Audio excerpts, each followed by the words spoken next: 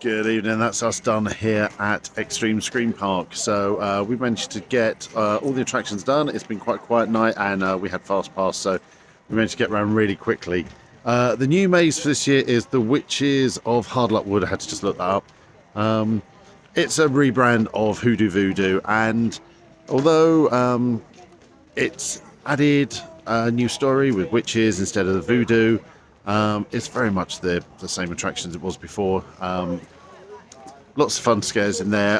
Quite missing a few actors once the hoods came off. Not a lot going on with inside, but yeah, we had fun with the new one. Also new is the Playhouse, which last year was just an open area. It was a warehouse of old toys and rides and bits and stuff like that.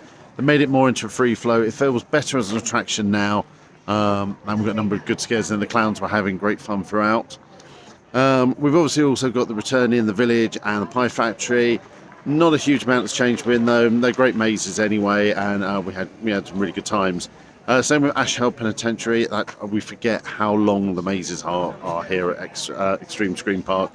We had a really good run through then. Again, maybe missing a couple of actors along the way, but it is a Tuesday night. But yeah, we shall see. New for last year was Uncle Enos's Open Acres. We went in there again. Yeah, it's, as we said last year, they don't care about what they gross people out about. You know, some quite a few sexual references in there. And yeah, it was really good fun.